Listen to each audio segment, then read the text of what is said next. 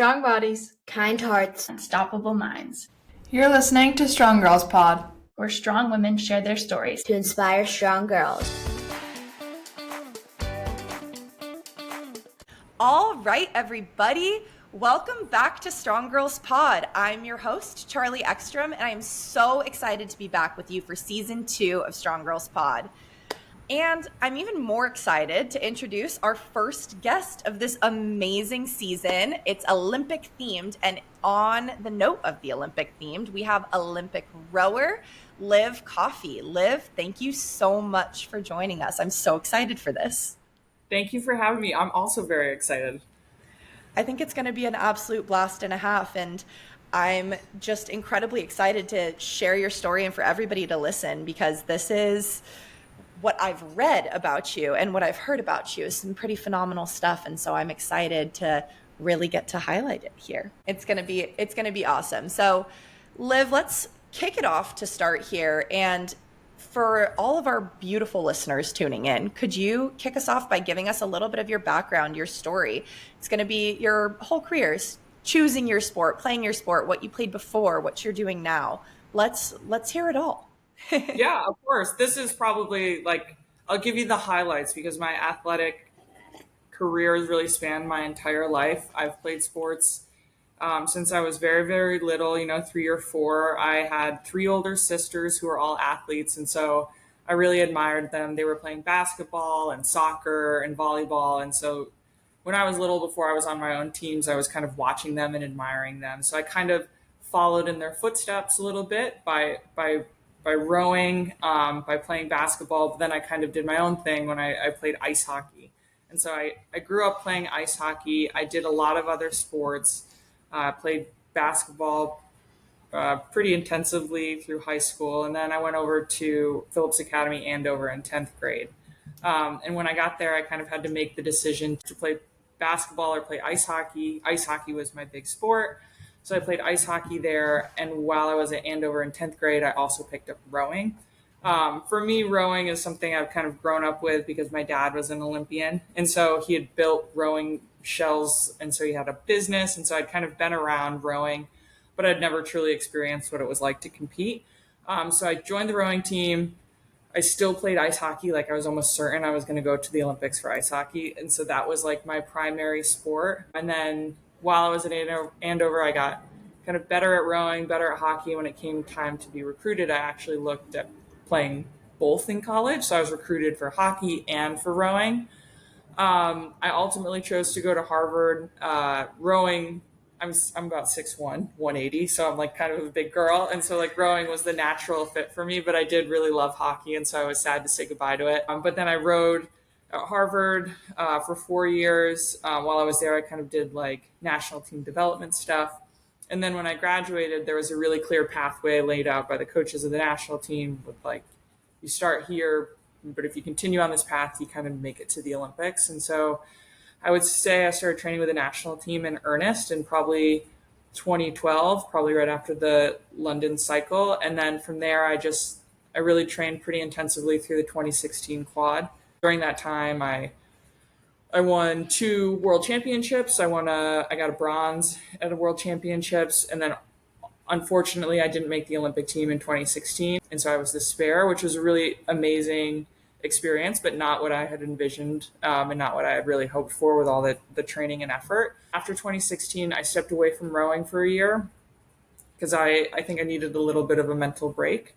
I worked in finance, and then I decided I kind of really missed rowing, but I'd spent so long rowing that I missed a part of my career. And so I thought I should go back to school, develop some hard skills in finance. So I got my MBA at Cambridge. But what's really interesting about Cambridge is you can compete for the rowing teams while getting a master's, which isn't typically what happens in the United States. So I rowed. I really enjoyed it. I got in pretty good shape while getting my MBA. And so after I graduated with my MBA from Cambridge, I came back to the US team, won a world championship in the 8. And I thought, well, let's give it another go for Tokyo, because it's really only 2 years away. And I really want to make an Olympic team. Fast forward to 2020, there was a global pandemic. The games got delayed. I continued to train, but I would say that the continuation of training for the group really, there were a lot of speed bumps along the way, and we didn't really have a good performance in Tokyo. We got fourth in the women's 8. So then after 21, I left rowing, and I was like, okay, I'm older. I should like start my career, and I did. I joined a private equity company based in New York City. I worked there for 2.5 years, and I kind of trained on my own. I trained with my colleagues. I trained with my husband, and I just kind of I got like the itch to go back to rowing essentially. And so I was working full time through October, and I came back like about 9 months ago and decided to give Paris a shot, and I made it. So that's where I am now. I'm in the team. I'm going to the Olympics, and that's like, I guess those are the high points.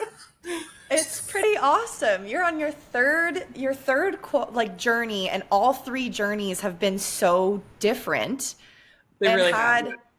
It's so cool because you've had similar results, and you've seen the highs and the lows of what a qualification process looks like. Mm-hmm. But it's really incredible to have 3 unique journeys all towards that same path. I'm not sure I've necessarily heard it from many athletes of being able to have such a unique experience each single time that you're going for a quad. And I'm sitting here, it's like I get goosebumps. I'm like, I'm sitting here with a 2-time Olympian now. You were going and competing, and it is amazing. Like, that is an absolutely incredible feat. And you go, yeah, I just decided I had the itch again. And 9 months later, here we are. I'm going to Paris. I'm like, okay, that's the coolest thing I think I've ever heard. So thanks so much. It was funny. I was just talking to my friends, and it's like, I'm surrounded by people going to the Olympics all day, every day. So I'm like, it's not really, I guess, that special. But then you kind of like zoom out and you say, okay, in the population of the United States, how many people actually get to go to the Olympics? It's like, I think the team is maybe around 500 people. So anyways, yeah, I feel really special that I get to go. And I know that it wasn't 9 months to get here. It was like a decade. I just have a lot of residual fitness. Exactly. You've been able to keep it up, and clearly that little bit of training on the side in New York was not just a little bit of training. Like, you were definitely still on the grind. I have a sneaking suspicion, but well, yeah, it's really interesting. Rowing is like an aerobic and an anaerobic sport, and so for me, it took a long time to get to kind of an elite level. I would say it took me years and years, but kind of. And I don't know the science behind it, but I feel like once you kind of establish those like physiological pathways, it's easy to maintain and it's easy to tap back into. So I could come into the group and kind of be in the mix. It's the last 3 or 5% that it's really hard to get. And so I spend, 6 months trying to just get, that little itty bit faster. But that's basically what separates the gold medalists from like, the last place finishes at the Olympics. That makes a lot of sense. And that is true. It's like once you get to that certain aerobic capacity, it's almost like riding a bike, of being able to get to that capacity and then just pushing that extra couple percentages, those extra couple inches, that extra little bit of power. It makes the world of difference, but you always will have that foundation because you knew how to set it in the beginning. 100%. And I think for me, like when I first joined the team, I was super discouraged because I looked at all these other women that were doing the exact same training plan as me. And I just thought, like, why am I not just as fast as them? Like, we're all doing the same thing. And like, I didn't appreciate that it just takes time, and I wasn't necessarily getting noticeably better every day, but I was showing up every day and I was doing the work. And like, you don't notice it because it is so gradual, but eventually you get there too. And that's all to say, like, I don't think it comes easy for most people. I don't think it ever really, even when it feels like it comes easy, it doesn't fully come easy. I think that you hit the nail on the head there of like, I'm doing all of this training, I'm seeing other people's results, but I'm not necessarily feeling or seeing results myself. I feel even in a sport where for me, it's like super execution, like exactly, you can see you hit the ball in or you hit the ball out. There's always that time in your career where you reach a certain level or a certain capacity and everybody's all pretty much doing the same thing, is on the same training regimen, is on the same workout regimen, but you feel like you're plateauing and everybody else might be rising. And it's just because people are going to ebb and flow, and you're going to plateau at certain points. You're going to lower at others. You're going to rise at even more than you're doing it. And I think the last year for me was a whole journey, like you were talking about, of that watching everybody around you start to rise. And I'm literally seeing results now from work that I was putting in a year ago. And I'm like, Yep. oh my gosh, this finally translated. And so that plateau period is so important, but you don't really get to appreciate the plateau until you start to rise after. 100%. And it's really hard to kind of work through those phases of like the training blocks. And what you'll realize as you kind of press forward in your own training is like, this worked for me, this didn't. And, maybe it's not me, maybe it's the training I was doing. So like going into to a training period and just having context for how you're going to respond and what you need to do to get the results, and pushing when it's hard, but not overdoing it. Like it's like a learning experience. And I'm like over 10 years on the national team now. And like, I'm still learning about like how my body responds and how do I be the best every day without feeling like I'm getting burnt out, It's hard. It's a long time. It does, but it's really cool. And it's the more that you do it, the more you get to kind of tune in, tune out, and feel that ebb and flow of what's going to work best for you. And even like you were saying, you've been on 3 separate journeys that have been so unique in each of their ways. And probably in each of those ways, like you needed something different. Like you needed something maybe a little bit more hyper specific, really exact in that first quad that you were training for. And then the second quad, you kind of had a rhythm. You knew where to go from there. And then in that third quad, you said, hey, this is what I know that I need to do. I've done it twice before. I've seen this journey. How am I going to push myself in these last couple of months to get that extra percentage to go forward? But you're definitely more tuned in that last little stretch here than you were, say, in 2014 when you're prepping and working to try to achieve the goal then. Yeah, 100%. Yeah, in 2014, I was going as hard as I possibly could every practice, and it just turns out that doesn't work. It just turns out that you get really, really sore all the time. Really tired all the time. You're really, really tired. Yeah. That was the rude awakening. I want to say it was like my freshman year of college, and I was coming home from practices every day and just like crashing. And I'm like, I have an essay to write and a problem set to do. And I'm so exhausted because I have just maxed out at lift and practiced and jumped at every single possible opportunity that I could. And then as I got older, like my knees started hurting, and I'm like, I only have so many jumps in me in a practice. Like I'm not going to be able to do 1,000 jumps every single day. That's just, the knees are not agreeing with me on that one. And so let's see, how can I maximize my performance without maximizing exertion every single time that I'm out? It's a hard like thing to get your head around, especially when you're kind of a high performer. You want to do so well at everything because you think that, okay, max effort all the time is going to like show people that I want it or get me there faster. It's been such a positive feedback loop for you for your whole life. But then when you put yourself in these situations where you start to get stretched really thin, it just doesn't work. And oftentimes you see yourself go backwards. So yeah, no, it's like, it happens to everybody. Absolutely. Oh, 100%. I think this is a really cool thing to kind of have that foundation. And look, I want to dial it back 1 second and talk about the fact that you were literally a dual sport athlete leading up and getting recruited for 2 different sports and playing all of the sports growing up that your sisters played, and that you kind of had this whole inspiration of your dad was an Olympian. He was a super high level athlete. You had all of these examples of athletes playing all of these different sports. What do you feel like was kind of that defining foundation? And was it being the multiple sport athlete of being able to kind of develop at a more passionate rate because you got to try a bunch of things? Like, what was that foundation building like of having the wide array of sports that you did when you were starting? I think, it was like exposure to a lot of different things, and I had the opportunity to like join different teams, and I'm naturally a pretty good athlete, so I could kind of excel at kind of a bunch of them all at the same time. And it's interesting now because I think I'm a better athlete today because I did a lot of different sports growing up for various reasons. Probably the most critical is like, I didn't get burned out. I didn't get injured, and I enjoy the sport that I do a lot more now than I did when I was young. I see a lot of people specializing super early.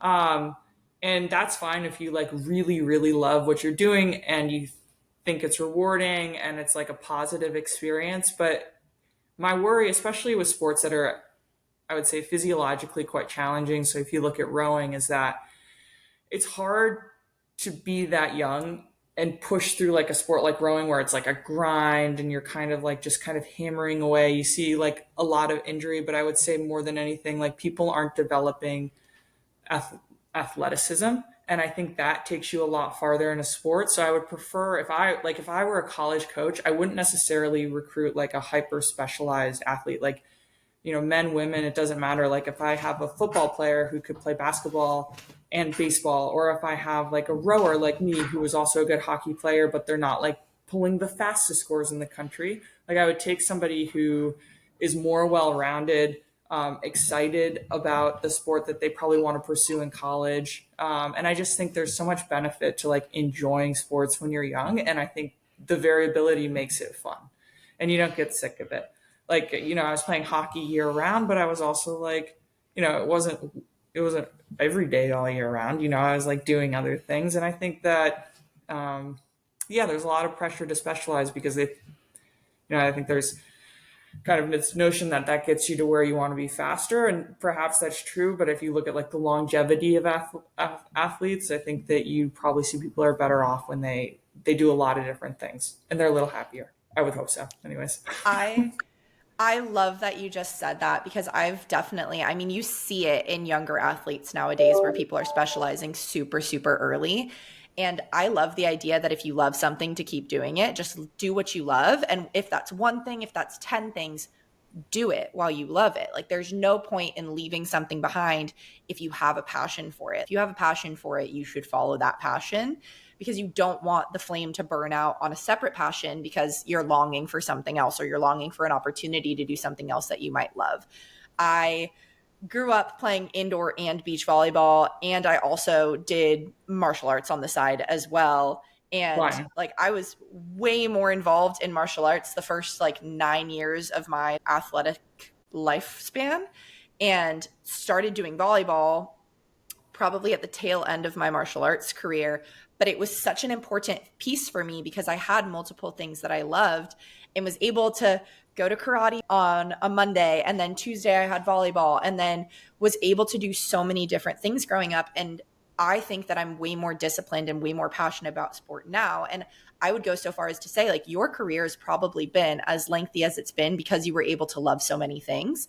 And then it really allowed you to love and have this passion for rowing be a lot longer than you might have even predicted because of the fact that you allowed yourself to love everything else that you loved when you were doing it. Oh, 100%. And like, I think of your example with karate and volleyball, it's like, yeah, you could have played volleyball like every day of the week, but I'm going to go ahead and guess that doing karate gave you more like kind of kinesthetic awareness and, more like athletic intelligence than another volleyball practice. And so I think, well, they didn't seem like directly related. You were making yourself a better volleyball player by doing karate. Oh, absolutely. And I think that whole idea, I'm also 6'1", and I was a lanky kid growing up. I wasn't the tallest until high school. Like I didn't hit a big growth spurt until I was in high school, but I was still on the tall edge of stuff. And my coordination, I was like a baby giraffe out in the sand when I started playing beach volleyball. I tripped over the lines coming in. My own body was a whole nother obstacle that I had to get through for like 3 years, was battling my own feet trying to move. But doing it, like I was so much better at being able to kind of put in the work and also learn footwork or learn precise movement because of the fact that I had trained in precise movement for the 9 years prior. It was super cool that I was able to specialize in something later because I had specialized in something, but had been doing both simultaneously. It just allowed me to get better at both. Yeah, 100%. Yeah. And it's cool. It's cool looking at you with your hockey journey, with your rowing journey as well, because while they both are really, really different on paper, they're both so rooted in power. And so I kind of love the idea that you got to exert two different forms of power and ended up obviously going down the rowing route. but you got to really focus on where does power come from? How do you transfer power? All of it in two completely different facets of your career. That's true. It's funny because like national team testing is essentially divided into like aerobic and anaerobic, and then like rowing is like somewhere in between those two like disciplines. And it's Yep. like the power stuff has just been my jam for so long, and it all like goes back to ice hockey. Like if it's 30 seconds or less, I got it. Above 30 seconds, I start to slip a little. Like it's like doesn't those things you do when you're young really make a difference, I guess. Oh yeah. I laugh because I'm the same way. I'm like, you give me 4 steps and I am the fastest person in the world. Like my short sprint timeline, I can get from point A to dig that ball immediately. You make me run a mile and I'm going to start to slip. Like it's no promises on the speed after the first like 4 steps. I know. I feel the same. And then I wonder as I like sit next to my like very aerobic athletes, if they're experiencing like the 90 minutes on the erg the same way that I experience the 90 minutes on the erg.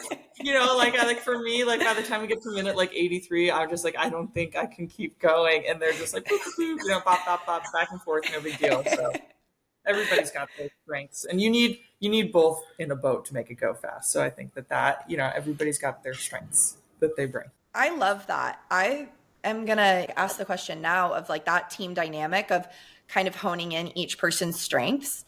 How does it factor in a boat, like with your kind of mix of the anaerobic superpower and aerobic long capacity? Is it finding that happy medium, or does it kind of depend on which 8 that you're picking of who's going where? Like, how does that factor in with rowing? I think that generally you want somebody who's good at both. And so usually the way it works is like, if you're powerful but not fit, you can build in fitness. If you're just kind of a fit person, you'll probably be fine, but you won't make it through sprints. And so I think that there's benefit to having really powerful and really aerobic people, because like power people can really like pick you up and get you off the line, which is important, especially in rowing, because you kind of look backwards. So if you can see your competition that you're winning, it's like kind of a mental edge. But then, for me, when we hit like the second part of the race, I start to like, hit the wall a bit. And then I know that I have, Moose, who's going for her 4th Olympics, who's like an aerobic powerhouse. So I'm just like, well, this she's got this. And so if she's got this, like I can support her. So I think it's good to have both. You don't want to have, I guess, athletes that are too similar, because then their weaknesses are similar too, and it makes you more vulnerable. So I think you want like a well-rounded crew. And from like a personality perspective, I actually don't think personalities really matter at all. It just matters like what the boat feels like, and if it's good, and it's good. And it doesn't really matter if people are best friends or enemies or close friends. Like all that stuff is like just extra. And fast boats are just fast because the athletes are good rowers together. I love that. I love what you said there about your teammate Moose, how she's going for her 4th Olympics and she's the aerobic beast that she is, and you know that you're going to be able to support her when her strengths are needed. And I know for a fact that they're in the same boat with you when it comes down to the sprint, that your teammates are like, okay, I know that Liv is going to be able to power us in this sprint moment, and we're going to be able to kind of cue into that sprint moment. It's the ebb and the flow of back and forth with you guys of when the aerobic powerhouses are going to be coming in, you guys know how to support. And when you sprint specialists and powerhouses are going there, then they know how to pick up and support you in that way. And so you guys have this kind of perfect little yin and yang capacity in the boat that I didn't necessarily think about before hearing this, of your kind of 2 specializations, how they can ebb and flow and make your boat faster in the long run. Yeah, and it's fun because we're in the same boat, her strength is also my strength, and my strength is her strength. Like when I feel her go, like I can feel it. I feel the boat's getting faster, and so like she's making me better, right? And so yeah, it's like, and it's a magnifying effect. Like she's making it faster. Well, it can't be all on her. Like I gotta help her out. I gotta help the other 8 women in the boat. I gotta like do this for them. And so it's just it snowballs, and that's what's fun about rowing is like it takes off and nobody has to say anything. Everybody just knows it's going really well. And you can kind of like talk to one another through the way that you move. And so it could be like completely silent and you're just, I know everybody's thinking like, we are absolutely crushing it right now, you know? I love that so much.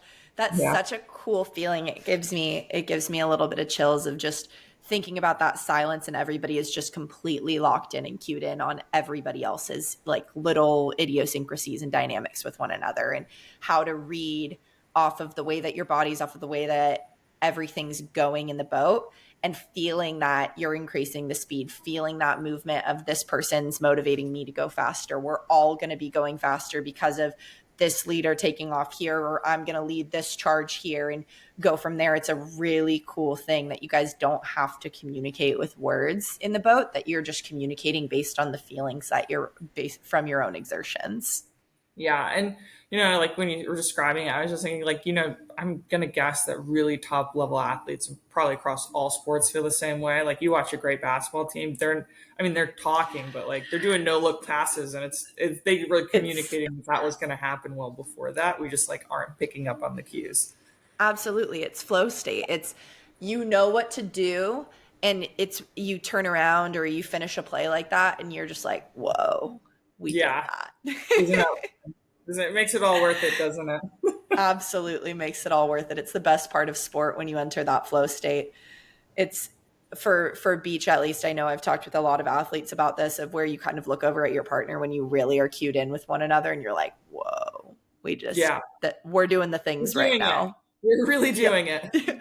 We are doing the things. That is absolutely that we want to do well, and that's awesome for us. It is. It's yep, the way to do all the things. Way to do all the things right there. That's what my partner and I will say with each other. We go, way to do all the things in that. We're doing all the things very well. And it's fun because, like, what a great experience to have. I feel like that's kind of what I missed when I stepped away from rowing, is being like, I miss the team feeling of being with all these very strong women and just like vibing, you know, and just working super hard and getting like, you know, you see the fruits of your labor, you see yourselves get faster, and you're just like, wow, we like did it together. And that's what's awesome. Like, I pushed you, you pushed me. I was like your mortal enemy for like months of training because I was trying to beat you every day. But now look at us, we're in the same boat and we're fast together. Isn't that cool? That's a really, really cool thing. It's a unique thing. It's a unique thing in team sports too, that you see of like your mortal enemy can go from being like number one, I want to beat them out, to I want to thrive with them as my teammate. And it's a really cool dynamic of that shift, and knowing that you guys together make something incredibly powerful, because if you're both each other's number one enemy, you're probably pretty powerful together. It's cool. Yeah. And I also think that there is benefit to, you know, like being a cohesive and amiable teammate. Like it's really good, but I think that there is a part of being a good teammate that is super, you have to be like very critical. You have to be hard, and you have to be competitive, and you got to push people sometimes when they don't want to be pushed. But I think that like there's a spectrum, and you got to fall somewhere along the spectrum at every point throughout training in order to be like really fast at the end. That's what I think. Absolutely. I think that it is. It's the back and forth, but no matter what, looking to push and to elevate further. Yeah. Now, going back to this whole Olympic journey of the emotions and everything that's kind of gone through with your last 10 plus years that you've been on this whole path, I want to go into the mental side of things a little bit, of what each journey was like. We've talked about this kind of physical journey of what training looked like. I would love to hear from the highest of highs, what is the emotion like when you're officially named to that Olympic roster? But how did each journey feel between 2016, 2021, and 2024? How did each of those go? And what was it like internally? You like always hear the phrase, and it's like so cliche, and I honestly, I get a little tired of hearing it when people are like, don't let the highs get too high or the lows get too low. But for me personally, the highs are extra high and the lows are very low, but that's because I'm really passionate about what I do. And if I was like removed from that, then I feel like I wouldn't be nearly as invested. So yeah, I didn't make the 2016 team, and it was the most awful feeling. Uh, one of the most awful feelings I'd ever felt. And I just felt, the whole time while you're a spare, you're just thinking like, I think that they made the wrong decision. And you just kind of have to sit there and watch all these people kind of live out the dream that you had worked so hard for. And for me, especially, I had stroked a quad and won the world championships, and we had never won the world championships before in that boat event. And so I thought like, that's a good argument for keeping me in that boat, but it wasn't enough. And they didn't medal at the Olympics the next year, and I was just like, I think that I deserved more of a shot than the one I was given, and I think the results had kind of reflected that. But it didn't make it any easier, and I walked away from that feeling like I was a total failure, and it was really, really hard.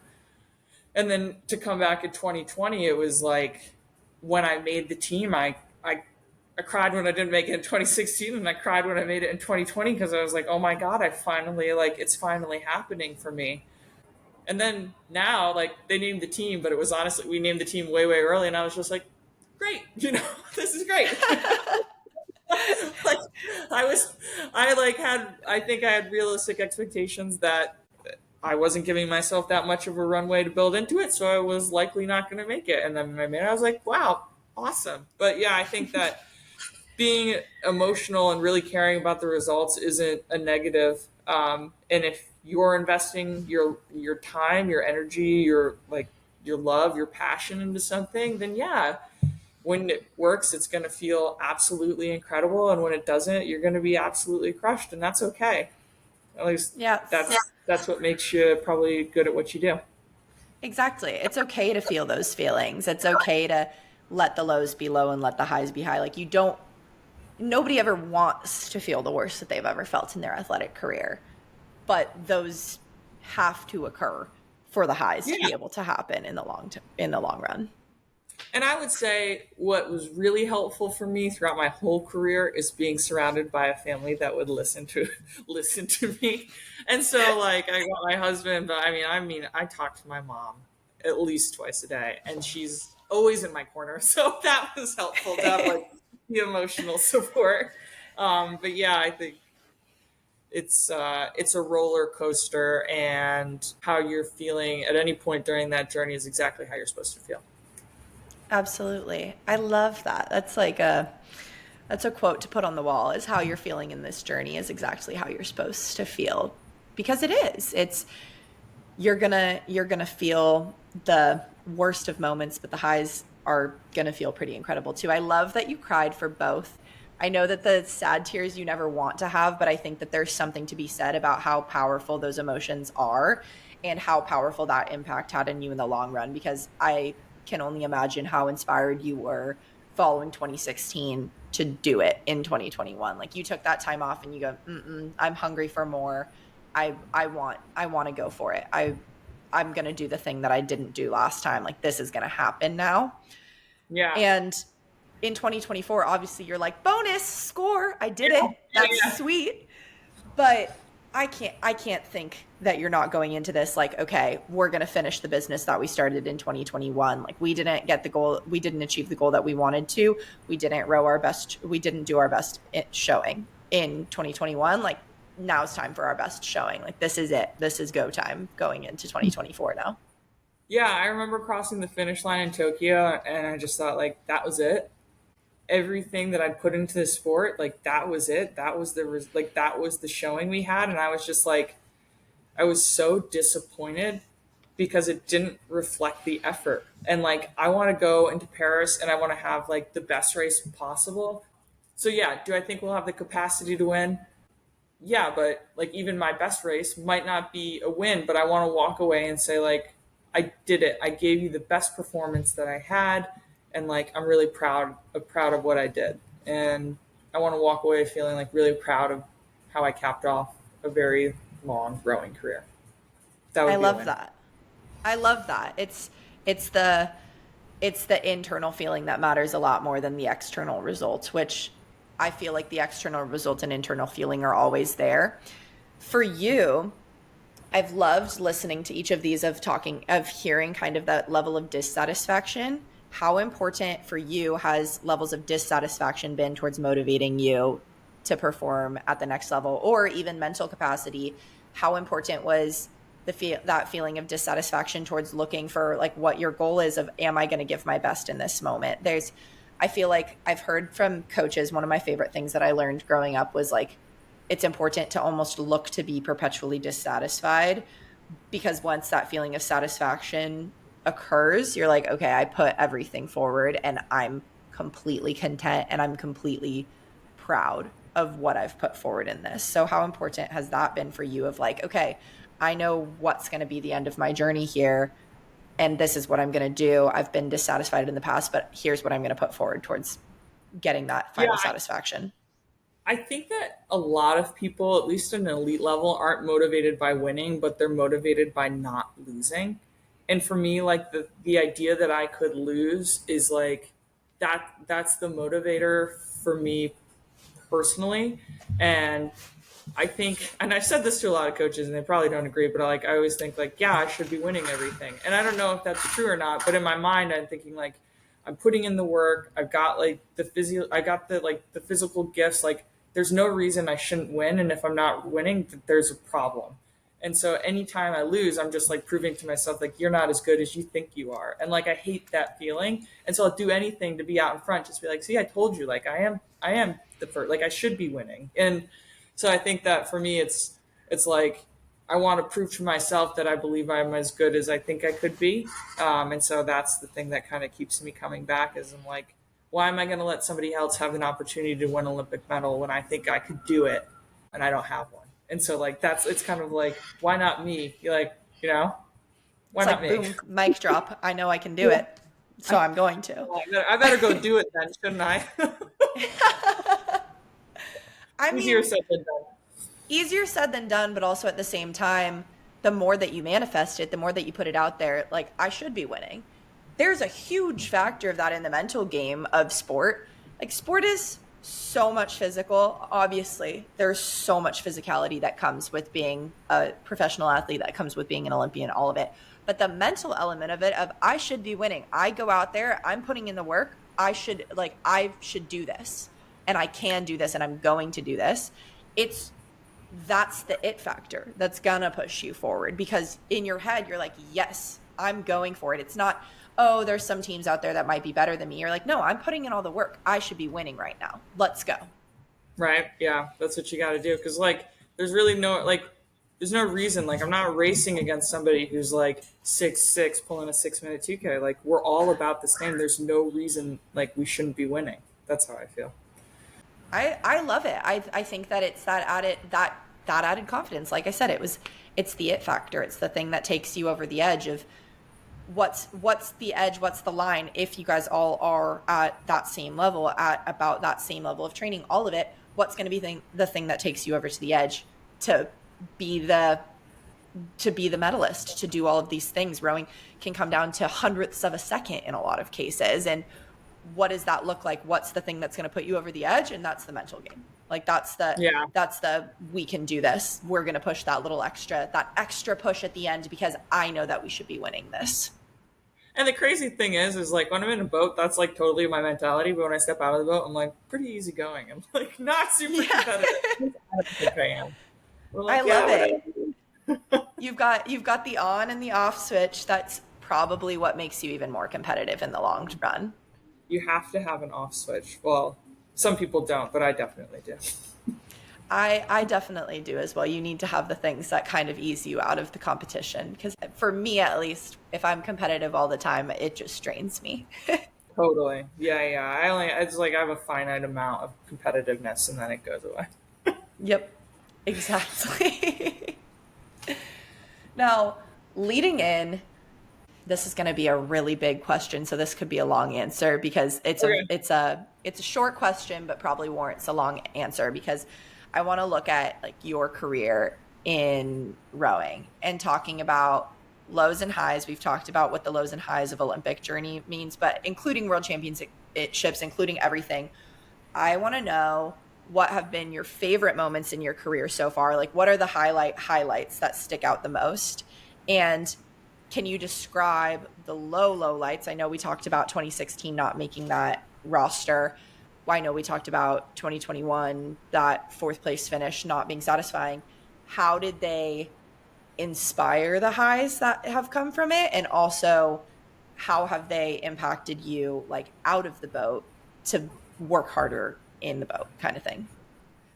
The thing is, like, a lot of the very highs, I don't feel like the effort going, like, my great results and my bad results all required the same amount of effort, just the outcome was very different. And so, like, all the highs are like, winning a world championship or like PRing on your 6K or your 2K. And like for me, actually the good results are really easy and a lot less painful. It's like the bad results. It's the 2x6K workout where you stare at yourself in the mirror in between the 2x6K and like try not to cry because it hurts so much. Like those are the hard ones to get through. And so it's like, I don't want to feel this bad feeling again. I don't want to feel like, I didn't, prepare well for this, or I didn't, I, I don't want to feel this icky feeling when I like come out of a 2K thinking like, oh, I went really slowly and it was like really hard the whole time, So you just like, you don't want to feel that bad feeling again. And so you come back because you know how awesome it is to sit down on an erg or sit at a start line and just crank and go so fast and have it feel like the easiest thing you've ever done. That's the feeling you like constantly chase. And, like periods like now when we're training and we're going super fast and it's feeling pretty easy, I always tell myself, remember what this is like, because it's never going to feel this easy again. You've never put in like the same amount of work. And so, yeah, it takes just as much effort to have like a high as a low, but the lows are the ones that tell you like you don't want to be there again, so you better like keep pressing. I love that. I'm like, I have so many thoughts on this, because this is such a cool thing of the same amount of effort goes in to create a low as it does a high. Mm-hmm. I feel like honing in on the mental game of that, there is so much that you have to build in your mental skills toolbox to know how to come out of a high when you're putting just as much effort in and getting a low too. Yeah. What are some tools for you, like on the mental side of things after a low? Do you have anything that you go back and do or reflect on when you're kind of prepping and getting ready to put in the same amount of effort, and you're not aware of the fact of if it's going to be a low or a high, but you know that you have to put the same amount of effort in? What's the mental prep looking like when you're doing that? I think like when I have a bad performance, I think, did I control the things that were controllable, which everybody says, but like, did I push as hard as I could? Yes. Like, did you not quit? Yeah, you didn't quit. You went as hard as you could. So like, okay, the effort was there. Did you prep properly? Did you eat well? Did you sleep well the night before? Did you like do all the simple things really well? Okay, check. Did you do that? And then you step out of things and you look at things that aren't in your control.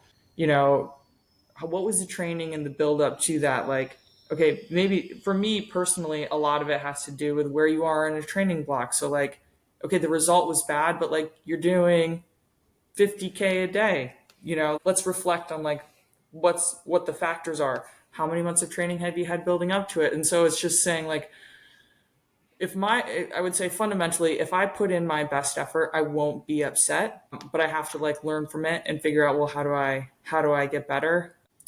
And then I guess like the other mental part is like, I don't know, finding, at least for me personally, after like something, I have a bad result or something, it's like stepping away and giving yourself time to like be sad for a bit, and then you come back and then you got to like reset. You can't let it linger for a long period of time and say like, oh, I had a bad result, I'm bad for weeks and weeks and weeks. Like, go home, sulk, like get it out of your system, and then come back and like start again. And that's all you can do, right? I always give myself like, depending on how bad the loss was, I'll be like, okay, you have like a 5-hour time period to mourn this. Or if it was a really bad one, like maybe I'll give myself 24 hours where I'm like, okay, let this one suck for a second. But yeah. we have practice tomorrow.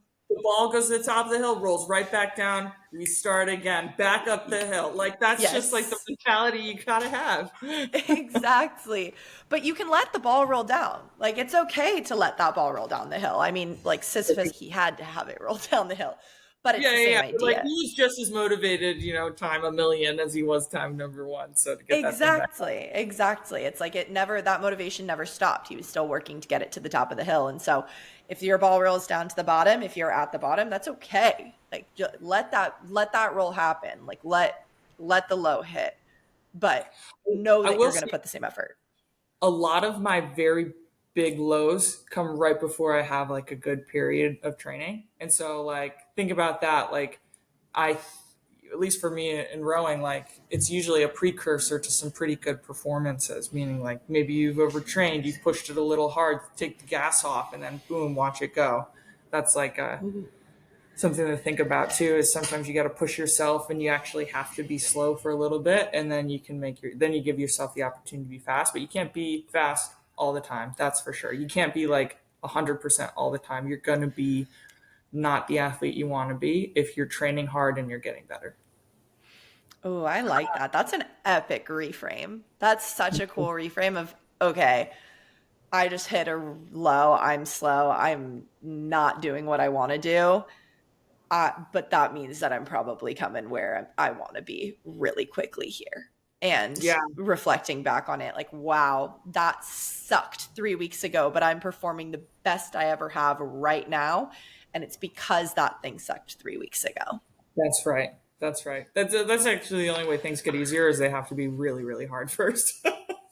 I never love when things are really hard, but I do love that idea of like things have to be really, really difficult in order for them to get a little bit easier, or in order for them to feel natural, or in order for them to feel like you're at your A game. Well, that's the thing with rowing. It's funny because like in high school, I hated it because it was so hard. Like I was just like, I can't, like these races are too long, they're too painful. And then I realized that doing hard things makes you better. It makes you better at hard things, and like it makes you better at everything. Like I don't think I've ever seen anybody who's like coasted through athletics or life and come out as a very like interesting or motivating or passionate or charismatic person. Like I think that those people naturally have kind of had to make their way through some challenges. And then you learn that like, if I do something really, really hard, I'll make myself better. So I don't know. I think that's what leads people to get into like, as they kind of get older, seek out like ultra marathons and like these hard sporting events, as they're like looking for a challenge because they know like on the other side of it, you're just like that much better at everything. That's how I think about it. Anyways, it took a long time to get there because rowing was hard in college too. I love it. Yeah, everything's hard. But I love like that actually made me smile so much of you being like, I hated this because it was so hard, but I stuck with it. And then it was still so hard. And even to this day, it is still so hard. You're in a sport that pushes you to a level of pain just about every single time that you compete, or every single time that you're getting out there and really pushing yourself. But because it was so hard, it kind of motivated you to embrace that hard and to embrace the suck and to go from there. Yeah, it's funny. Sometimes we'll do like a workout on the rowing machine and I'll turn to my teammates. I'll be like, I just crushed my college self, and it's like, it's so much faster. It's like, that's motivating. It's like, it still hurts just as much, but you're like a lot faster.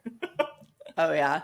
I had a hilarious experience I had a friend look up my high school highlight films when I was getting recruited, because they were out there on YouTube, and she put them on. She's like, I want to see what you look like playing. She hadn't ever watched me play before. And we turned them on, and it's one of my favorite reflection points of my entire career. Is I was watching that, and she goes, oh my gosh, you jumped really high when you were 14, or you hit the ball really hard. And I was like, oh my gosh, can we just pause there? Because I jump so much higher. I hit the ball so much harder. I perform at such a higher level. Like I look back, I'm like, oh my gosh, like this was my highlights. Yeah. Like, just laughing at those facts, but it's so good for the soul to like look back on it and be like, okay, I put in the work and I can see it, I can feel it from looking at myself then and looking at myself now 10 years later at how much of a difference that was. Yeah. Your like high school self couldn't believe what you're doing now. They were Absolutely. so proud of you. Absolutely. And even college self, like you look back and it's probably the same thing for you that you look back, you're like, I just crushed my college self. My college self couldn't even fathom what I'm doing now.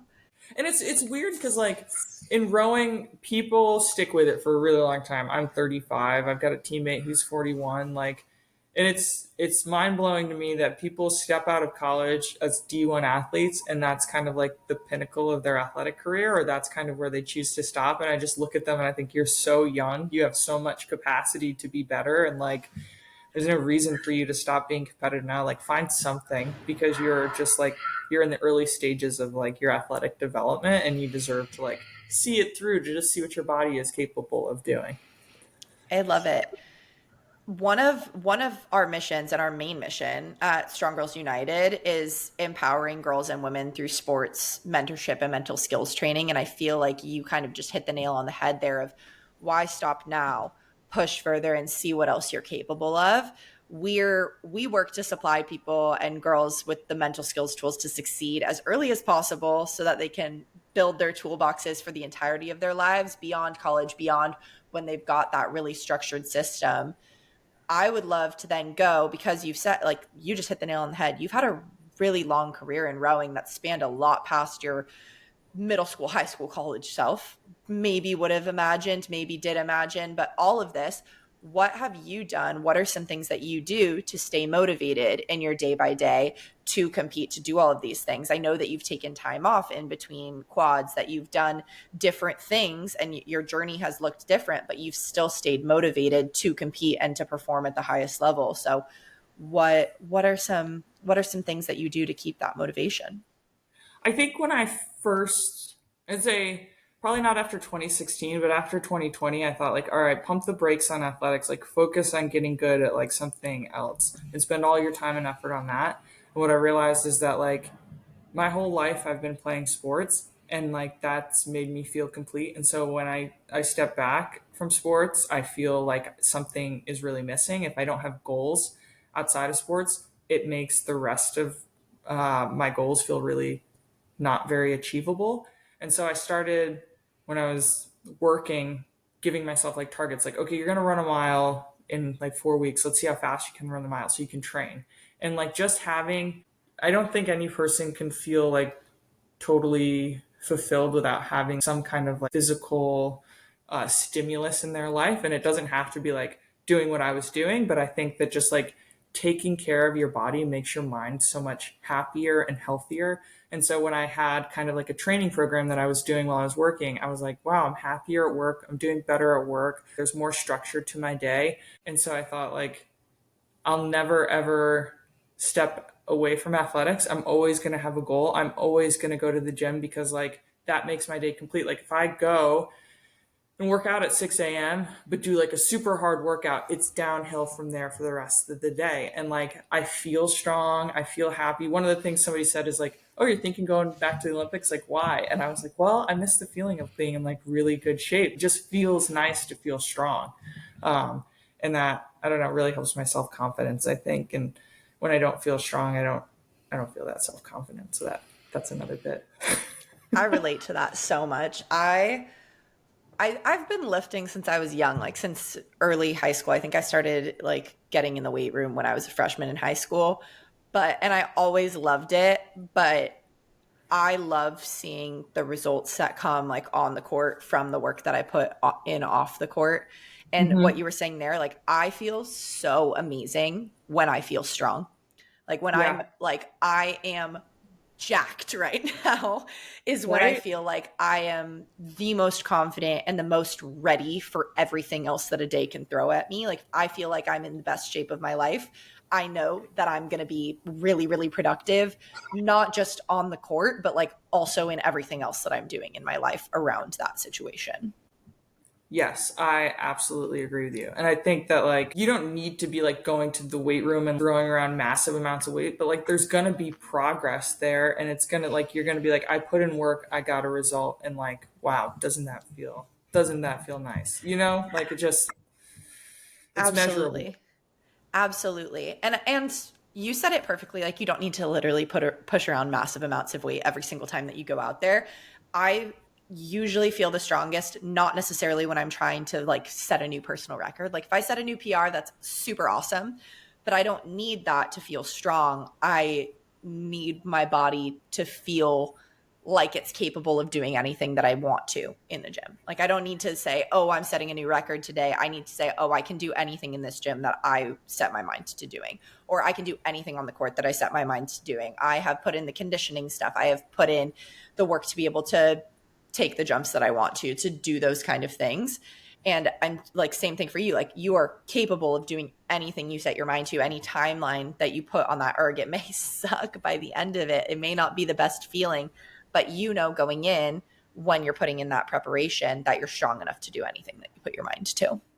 Yeah. And I think that like, you know, at least like you can have personal expectations. When you go to the gym, it's a win no matter what. You can go in there and there can be just like no pressure. Like when you train for the Olympics, everybody thinks it's like, it is okay. It is really hard and it is super competitive, but a lot of my workouts are just like checking the box. Like, it's not necessarily hard. It's just, you've got to do it. And I think that like people go to the gym and they think, oh God, I didn't get that great of a workout. And it's like, well, you went there, didn't you? And you like moved your body, didn't you? So check the box. Like that's a win, and maybe try to do more tomorrow, but like no guilt if that's what you did, you know? Yeah. You did the thing. You went and you did the hard thing. It may not have felt the greatest. It may not have you may not have done the greatest of that you've ever done. That's okay. You still did the hard thing. Way to do the hard thing. Yeah. Good for you. That's awesome. I love it. I was literally just about to ask you if there's any like phrases or things that you tell yourself as you're going into all of these moments. And I feel like you just said it right there of like, check the box, do the hard thing. It doesn't have to feel good, but check that box because you're doing it. You're putting in that work. I mean, like we do like 22K ergs pretty frequently. It takes about 90 minutes. And I just can't. My thing now is I just watch TV. I'm just like, I'm going to disconnect mentally and my body will move. And that's all. That's going to be a win for me today. Whereas before I would be like intense music, going fast as I could. Now it's just, I'm just ticking along and like, I'm going to watch this show and time will pass and the end will end. And like that'll be it. You're going to make it through. You're going to make it. You just got to, baby. You just got to keep moving.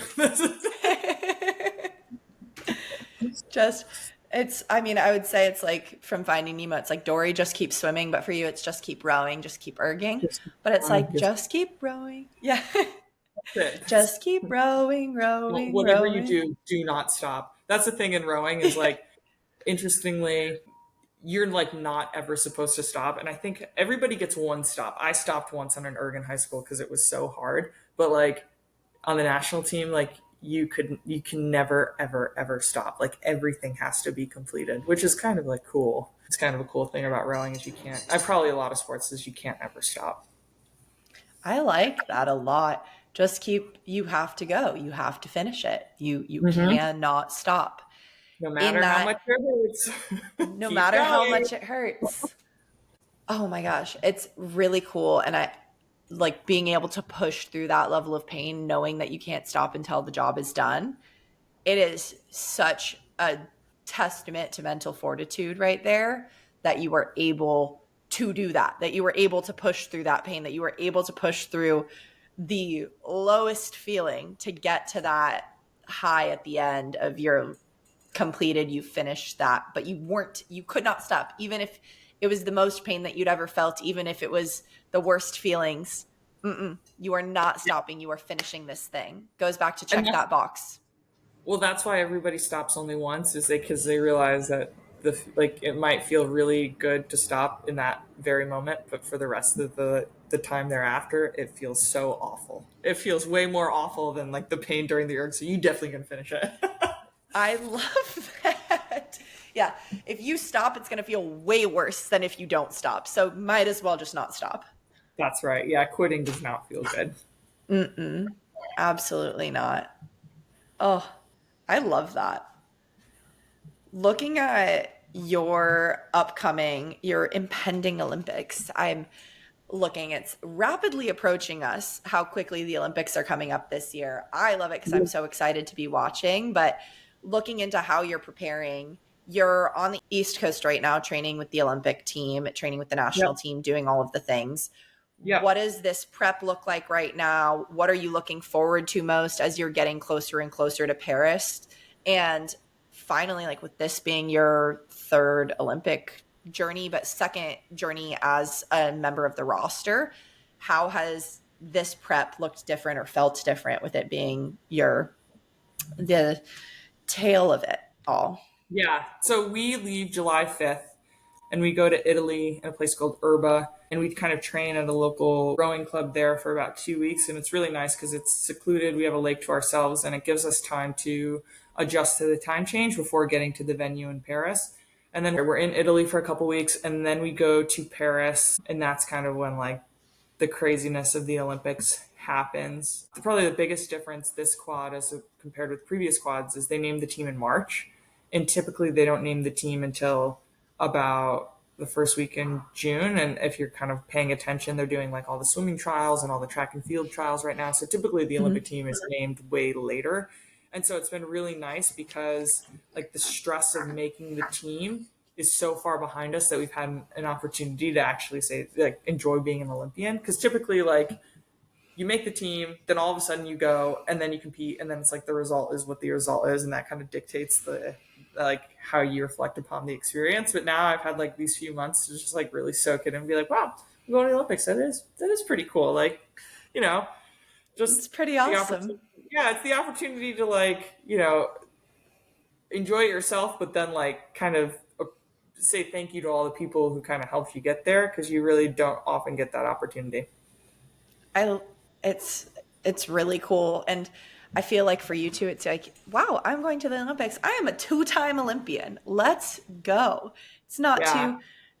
not too often that you get to hear people say it, and it's very rare as an individual to get to say that as well. And going to your second Olympics, getting to compete, it being in Paris, it doing all of these things it's a absolutely incredible feat. Getting to Yeah. celebrate it starting in March too. Awesome. Yeah, I'm like just focused on like really absorbing the whole experience. It's going to be so cool. It's going to be so different than Tokyo because that was a COVID games and it was like very restricted and shut down, and despite being run incredibly well. But like I am really looking forward to it, and I'm going to race as hard as I can, and I'm going to like enjoy myself, and it's going to be awesome. I can't wait. Good. How excited are you to have crowds this time around? I'm really excited. I'm excited because I have people that I really love coming to watch me. And so that's fun. And I think that Paris is like really accessible. And so it's not too much of a burden for people to kind of come over and watch. So that would be really nice. And I think that there are people who have supported me for a long time who've never really gotten to see me race. And so I'm excited for that. That's pretty special. Going back to what you said at the very beginning of how you've had this village that's really supported you all through, and how important that was of having your family and having the people around you be that support. It's a special moment that like full circle at the end where you get to have that whole village supporting you at the Olympics. It's crazy. It Yeah. gives me goosebumps. I hope it's a celebration for them because there are some people who I really leaned on. You know, like maybe more than I should have.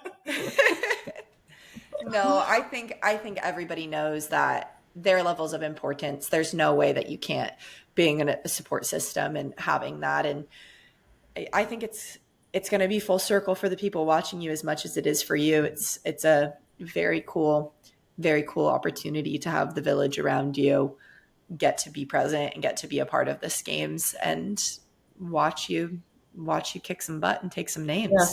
Yeah. Do my thing down that course. Pull as hard as I can. Yeah, pull as hard as you can and hopefully see a lot of the backs of heads of people. That's the goal. That's the goal, isn't it? Yeah, I'm going to try to do that. No faces. We don't want to see any faces. No faces. We want to see I don't want any faces. That's right. We want the backs of their heads and the tips of their boats, and that's all we want to see. Nothing else. That's right. Exactly. I love it. I'm so excited. I'm whatever time of the day, I'm fully committed. I'm so excited to watch like as many events, and I'm really excited to watch you guys this season and this Olympic race. Not well, the race is that you'll be competing to go all the way, but I'm the biggest fan of Team USA anything, but I'm so excited to watch you guys really just exert. And why wouldn't you be able to win? You, like you said it, like you should be able to do this thing. So Yeah, why not? everybody's equal on the start line. We all got the same shot. So yeah, I'm excited too. And I'm excited we have another rowing fan because honestly, rowing's not that popular. So if we need all the fans we can get.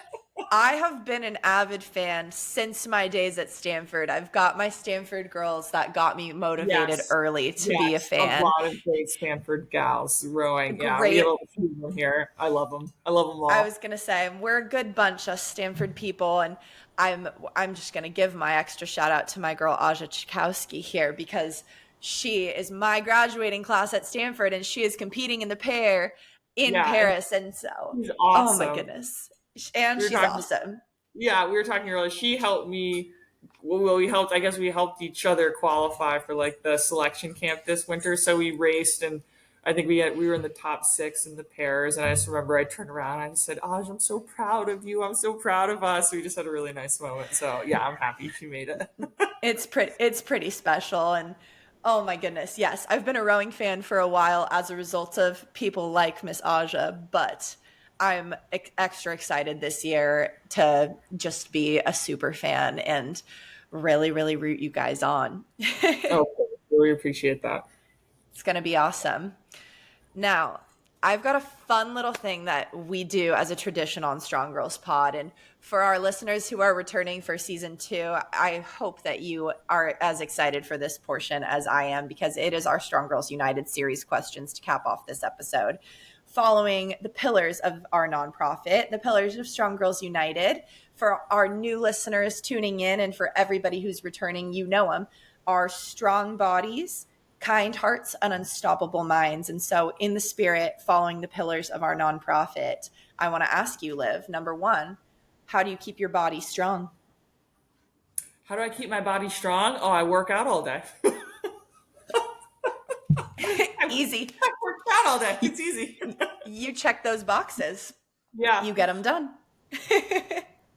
Now, number 2, how do you keep your heart kind? Ooh, how do I keep my heart kind? Oh, I try to say thank you to the people that show me love and do things that I really appreciate. So I think I try to show gratitude, and I think that is good for my heart. I think it keeps it kind. I love it. And last, but most certainly not least, how do you keep your mind unstoppable? Ooh, my mind unstoppable. I listen to some killer playlists, and that keeps my mind like where it needs to be, depending on the practice. So yeah, I just love to jam out in the car with good music. I love that so much. It's my favorite thing in the world to do. Oh my God, windows down, music up. Let's go. I'm ready. Heck yeah. Windows down, music up, locked in, and ready for Paris. Liv, thank you so much for coming on today. It has been such a fun conversation, and I'm so excited for all our listeners. I hope that you're as big of rowing fans as I am after this conversation, because we are going to be tuning in and watching Liv and Team USA kick some butt and take some names this summer. Thank you so much for having me. This was really fun. I loved it. Well, for all of our listeners, thank you so much for joining us for another episode of Strong Girls Pod. I'm your host, Charlie Ekstrom, and we are signing off.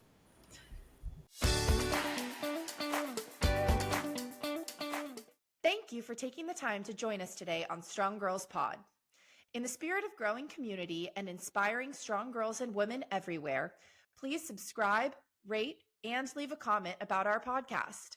Tell your friends, family, really everyone to listen in and enjoy.